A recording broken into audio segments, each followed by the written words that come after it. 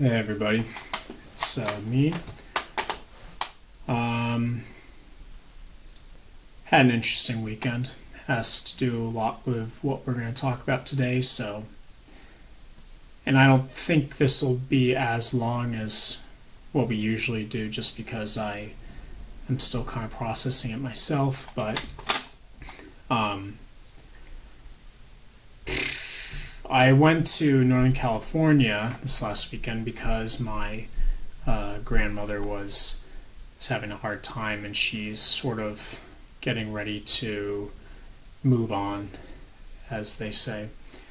And it's tough because I don't really deal with death a lot. Um, this is the first time this has really happened to me, other than my grandfather. But I was too young to really understand that, and a lot of what happened and what I saw has kind of affected me deeply because, well, not just because I know my grandma and I've been around her my whole life, but mostly because as an author, you're supposed to kind of all inclusively um, deal with everything. A good author knows how to write sex because people have sex, and a good author knows how to write anguish and grief because people really experience those kind of things. And that should doubly go with writing about death and how to cope with death and to deal with death from the perspective of the person dying, and also from the perspective of the characters that are watching the character die in the book as well. And I definitely noticed something, and I was sort of infected by this notion when I was writing my first book, because there's a character in that dies, and I made it very valiant and a very kind of grandiose, grand kind of expression of dying, and the character was preparing to move on, knew that they were dying, and sort of was very kind of grandiose and kind of, ballsy about it. And that's a lot what you see in mostly movies. In film, death is sort of characterized in this fantasy style notion. Usually when someone dies in a movie, they're kind of like rolling on the ground. They're like, do it for me. I'm dying. And then they just die. Very few movies kind of characterize the sudden nature of death, where it just happens out of nowhere for some reason. And the character or the onlookers are left making sense of it. In fact, even though I didn't really like the movie that much, Fury did a really good job at sort of dealing with death, like how it just kind of happens suddenly out of nowhere. There's a scene where the main character is sort of making connections with the local French after this town has been liberated in France, and the second he leaves the house, an air raid occurs, and a mortar or a bomb or something goes off and blows up the house, and then the person that he had just essentially had sex with and sort of met is now there dead, lying on the ground. And while that's a very kind of thematic scene, I'm sure that doesn't happen. I'm sure that happens, in real life, just this sudden kind of thing that just happens. But most of the time, it doesn't happen like that.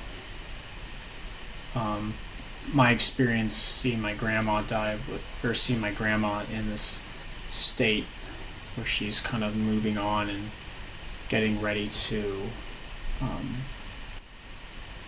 to, go to be with Jesus, if that's what she believes. She, she's having difficulty doing things that were just so basic. Death is very ignoble when you think about it. It makes us think, why does this happen? Why can't this not ever happen again? Can someone science a way, to make death sort of like a disease? Can we cure it? Almost like how Google's treating it now. And in a book, at least now, kind of after seeing this for myself, if you ever write a scene where someone's dying, you can't really approach scenes like that unless you've experienced it yourself, unless you've been put in that place emotionally, to help you understand maybe what your character might be feeling. Death is a very autobiographical experience, I think, because you have to write about something that you don't normally experience a lot, and the only way to really convey it and get it across is to have experienced it or to have been around it. As if someone could write about death after they've died. But I mean, you know what I mean. Just writing a book because you're writing a book and this person dies. What does that feel like?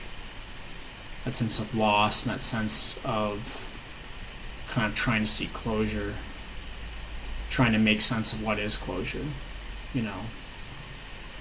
Closure is one thing, but being put in a position where kind of what you make of it and how you go about it will determine what that closure even looks like, because it's kind of on you to get to know someone very well before they pass on and die.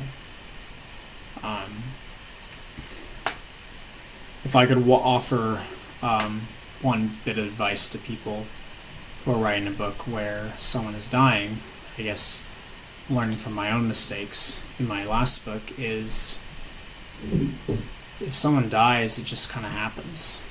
It doesn't really, you can't really set it up.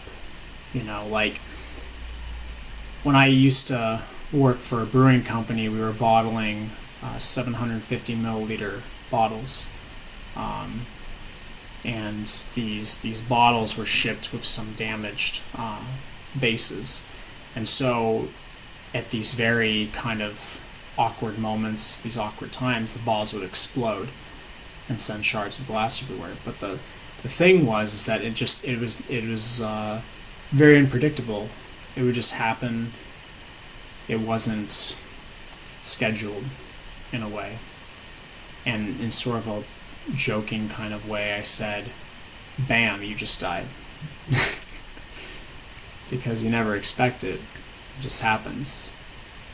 You can't really prepare for it. You can't really make plans for it. It just happens. I feel like a lot of death scenes in movies and television are just planned, a lot.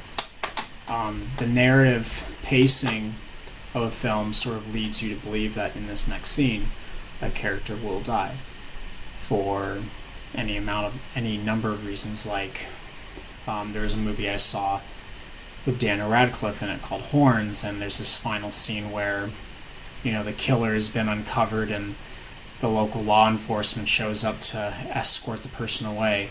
But just the way the scene is composed and constructed, how the characters kind of walk about and lead, you can tell that something's going to happen that's going to foil it, and that this event that occurs that foils this sense of justice will ultimately end in a death that will thwart that and ruin that moment. So death in media is very planned. It's very organized, orchestrated, very framed. But in reality, if you want to be a good author, if you want to write stories that are supposed to be real, death really isn't planned. It just kind of happens. People don't really get closure. I mean, sometimes they do, but even then, it's not necessarily the kind of closure that is described in like a psychology scene or like a psychology kind of way, I guess. Closure has a sense of finality to it, that by having closure, you just can feel like you did enough. But I'm suspecting that death really isn't like that. That you never really get a sense of finality, because you never know when the final moment comes. And in my next book that I'm writing, I definitely feel like I'm going to have to incorporate that, because that's just kind of the way it works in real life.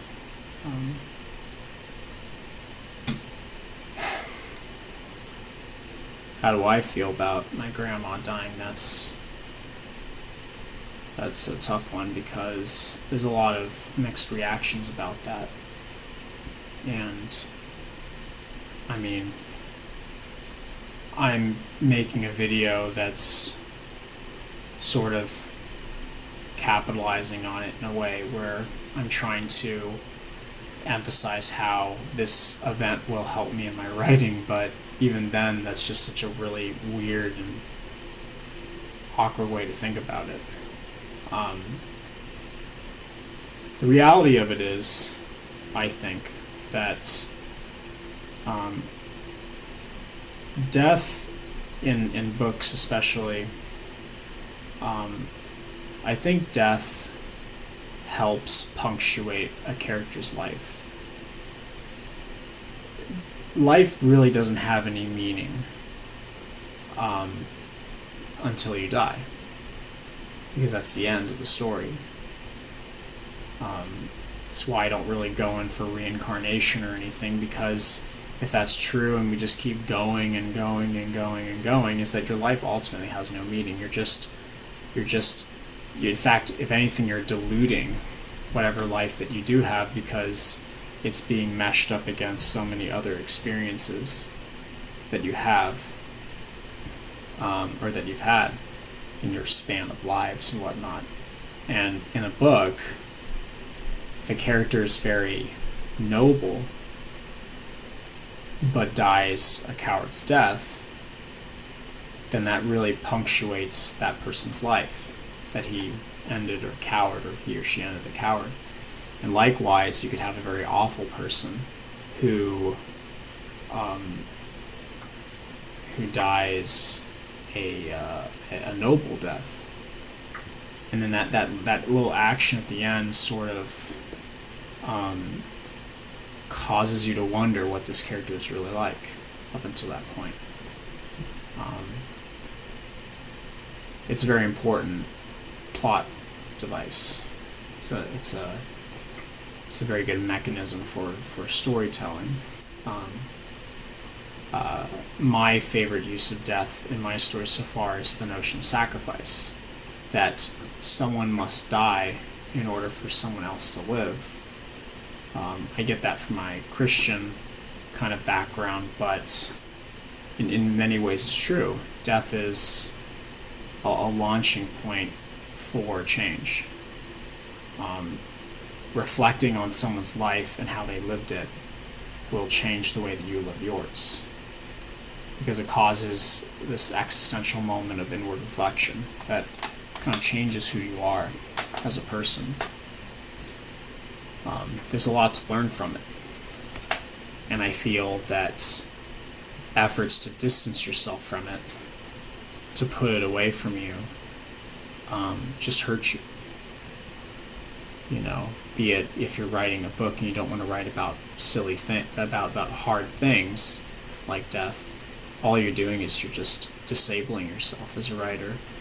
Or even personally, if you just try to avoid death, you don't like talking about it, all you're really doing is just hurting yourself, because you're avoiding something that's very natural and something that just happens to everybody.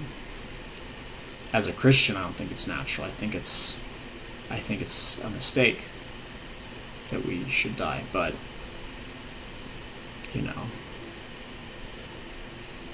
because we do die, we have to reflect on that and what it means. So today was kind of short, but I hope that you can appreciate death a little bit more. It's something we don't like to talk about, but it changes the way that we write. It changes the way that we feel. It changes how we deal with stress. It gives us stress, for one thing. But I think you guys should really stick it out and try to think about it. It's good to ask questions like, if my character's spouse died, or if this character died suddenly, how would the other characters react? Trying to get inside your characters' heads or your supporting characters' heads and understanding, how they would react to something so deeply disturbing and existential. Like, how would they conceive of themselves in light of that? These are all very open-ended questions because really there's no correct answer for it. But I strongly recommend you guys go out and try to figure that out.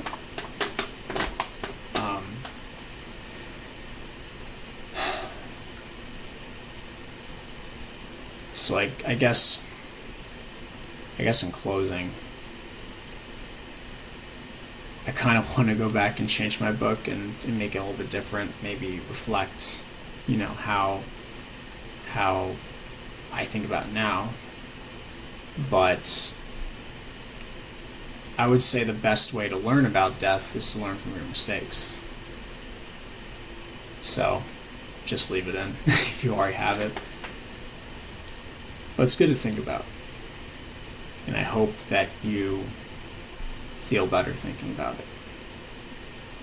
Because that's ultimately what I'm here for. So if you, despite today's heavy message, if you liked what I had to say, if you enjoyed kind of my whole spiel on death, and you like my other videos, please subscribe and tell your friends and kind of explore the way you write, how you write.